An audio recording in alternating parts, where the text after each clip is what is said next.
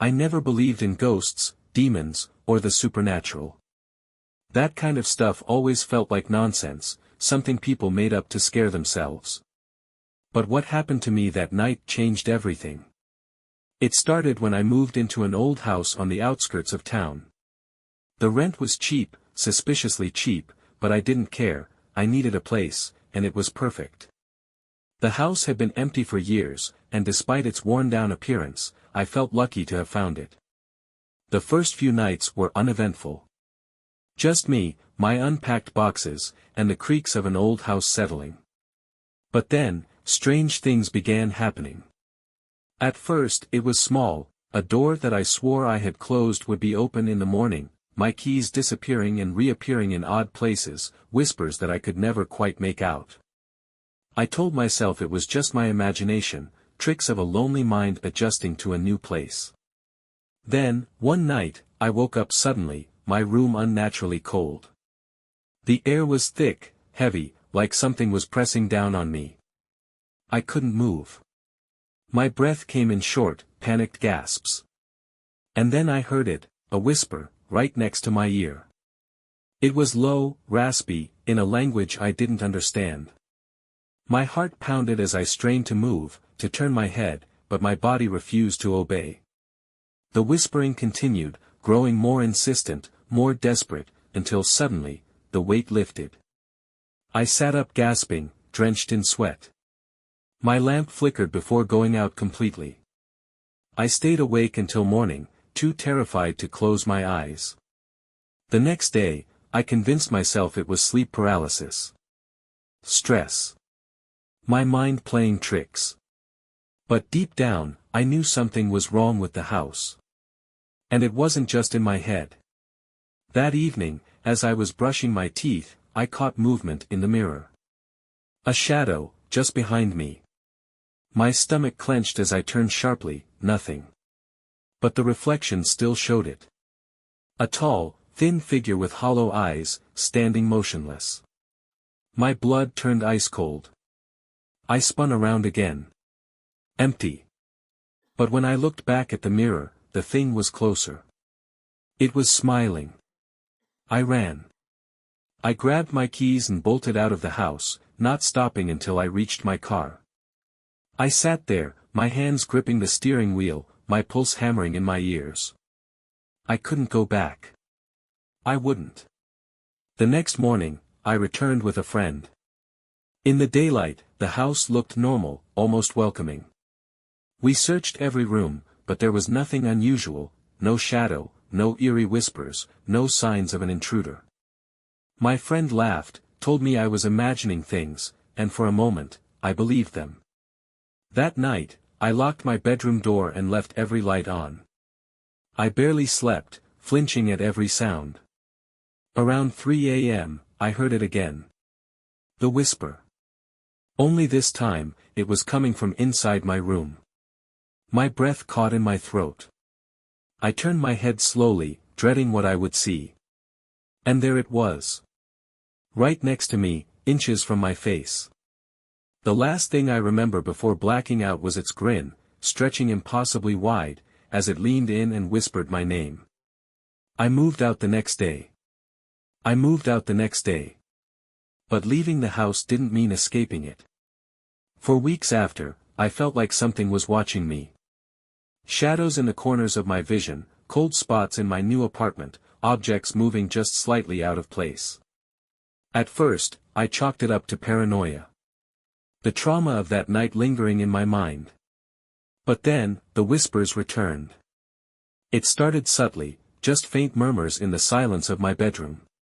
Then, they grew louder. Some nights, I'd wake up gasping, my sheets twisted around me, my body ice cold. I never saw it again, but I felt it. The presence. The thing from the mirror. It had followed me. One night, I woke up to my bedroom door wide open. I was sure I had locked it.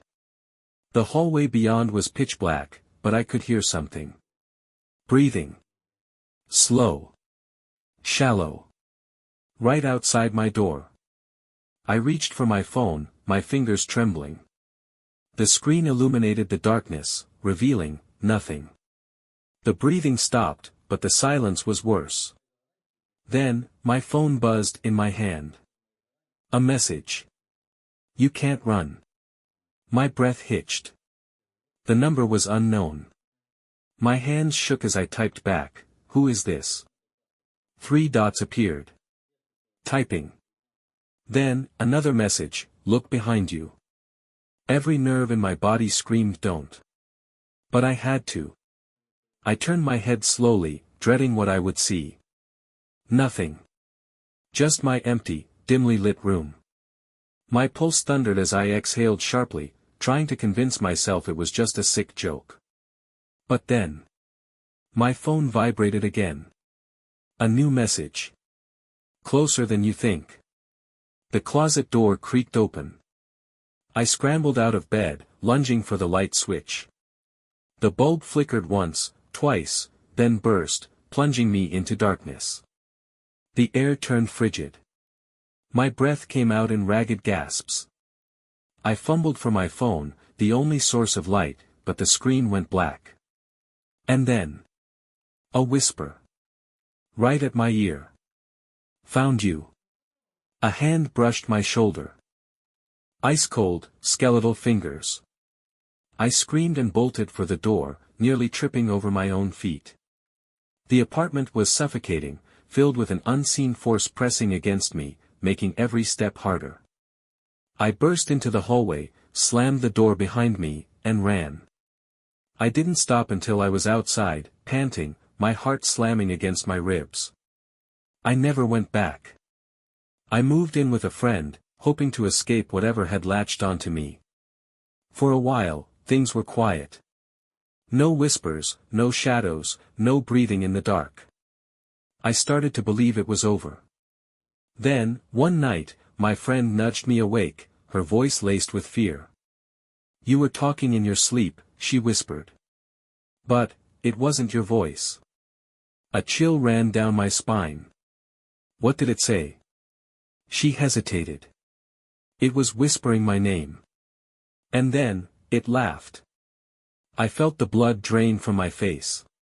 My body turned rigid as an all-too-familiar realization hit me. It wasn't after me anymore. It had found someone new.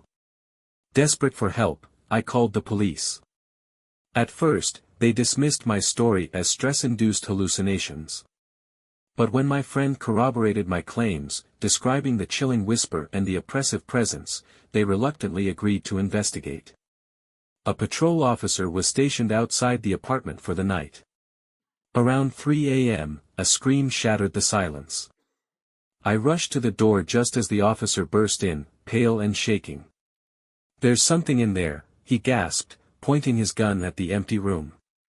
The security cameras in the building were checked the next day. What they found made my blood run cold. The footage showed my bedroom door creaking open on its own. A tall, shadowy figure emerged, pausing just before the camera, its hollow eyes staring directly into the lens before vanishing into thin air. The officer quit the force the next day. My friend and I left town immediately. But deep down, I knew it wasn't over. Because as I packed my bags, my phone buzzed one last time. "Still with you." I moved to a new city, hundreds of miles away. Security cameras. Double locks. A new phone number. But it didn't matter. The first night in my new apartment, my phone vibrated. "Miss me?" I called the police again. They arrived within minutes, but the apartment was empty.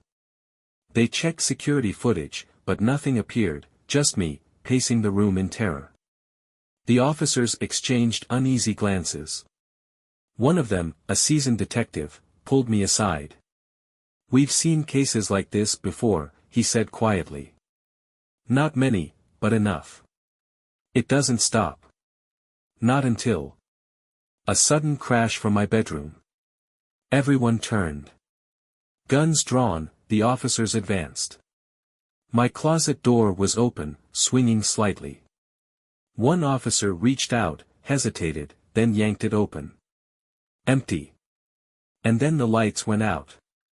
A scream echoed through the darkness. One of the officers. A gunshot rang out. Flashlights flickered back on. The detective was on the floor, his face frozen in horror. His eyes, completely black. I stumbled back, my breath hitching. What's happening? The remaining officers dragged the detective away, his body convulsing. One of them barked at me, "Get out. Now." I ran. By the next morning, the detective had vanished. No records. No trace. The officers refused to speak about what happened that night. I checked my phone. Another message. "Now we play." I moved into a hotel, convinced that keeping on the move would stop it. But the second night, the whispers returned. They came from the vents, from under the bed, from inside the walls. Then, a knock at my door. 3 slow, deliberate knocks. I held my breath, staring at the peephole. There was nothing outside. My phone buzzed again. "Open the door." I backed away, shaking my head. Then, the door handle turned. The lights flickered, casting shifting shadows along the walls. The mirror across the room darkened, its surface warping. I saw my reflection standing, but it wasn't moving like me. It was smiling. And then it reached forward, toward me. I grabbed my things and ran. Again. City after city, hotel after hotel, nothing helped. It was always there, waiting. Watching. It wasn't attached to a place, it was attached to me. I tried everything. A priest. A paranormal investigator. Nothing stopped it. Every night, it crept closer. Every night, it whispered more. Until, finally, I received the last message. No more running. And then the lights went out. This time, I knew. It was over. The last thing I heard was my own voice, whispering from the dark. "Got you." The silence after the whisper was suffocating. I could barely breathe, my lungs frozen as the darkness closed in.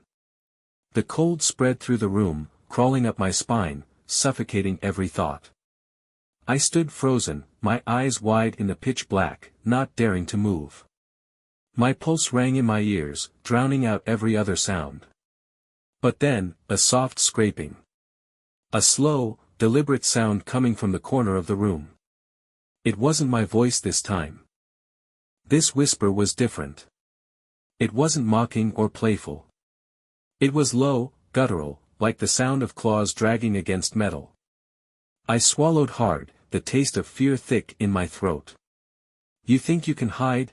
the voice growled, but it wasn't from the dark, it was right behind me. I spun around, but there was nothing. Nothing but the oppressive void that seemed to stretch forever. But then, a figure emerged from the dark. It wasn't the thing from before, not entirely. This one had shape, barely. A shadowy outline of a person, tall and angular, its features still shrouded in darkness. It was moving toward me, its limbs jerking, disjointed. It was as though it was still trying to figure out how to hold its own form.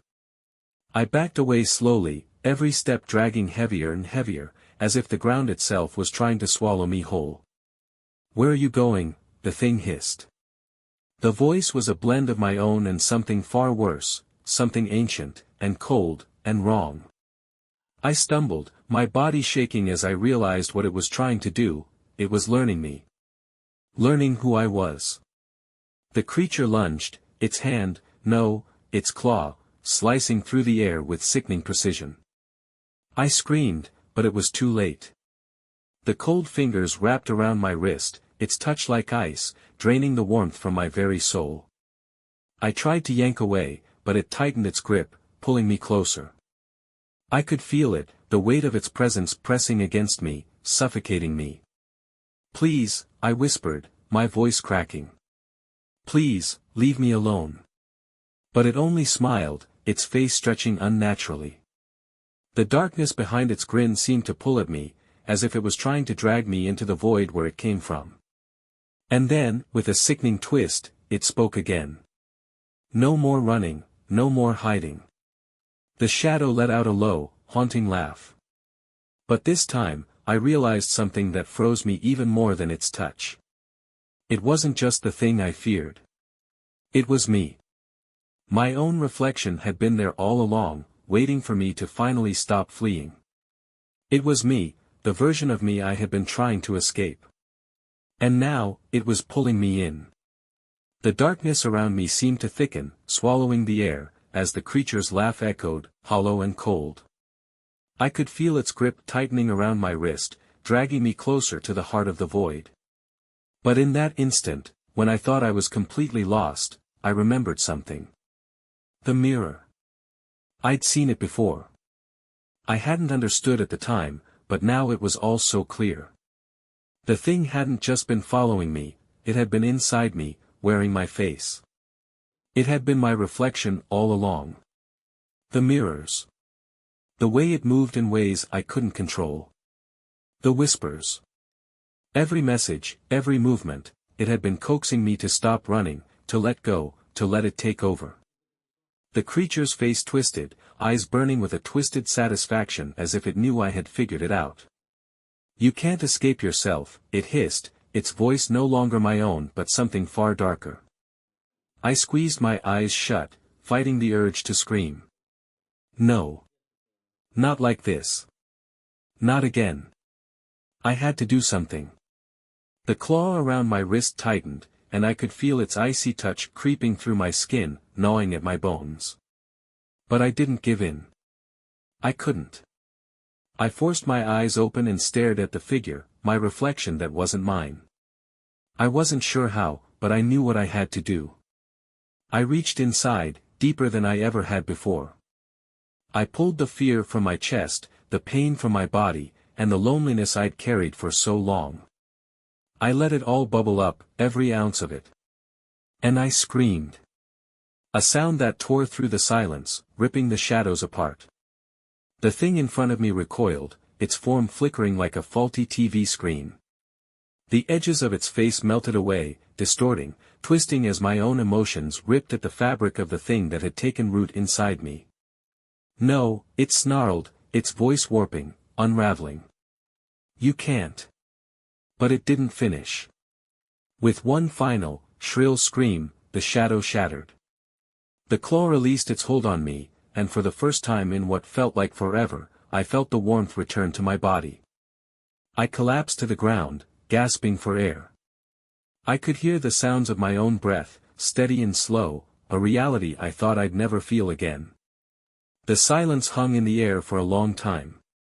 But it wasn't the same suffocating silence. It was empty. Free. I stood, shaking, but stronger now. The mirrors, the thing, it was gone. I wasn't running anymore. I hadn't been running from it. I had been running from myself. And now, finally, I understood, the only way to escape was to stop running from the darkness and face it. Because the shadows, they were always a part of me. I left the hotel room, one last time. I knew it wouldn't follow me anymore, not because I'd outrun it, but because I had embraced it. In the end, it was never about getting away. It was about learning to live with the parts of me I had been too afraid to face. And for the first time in years, I felt at peace.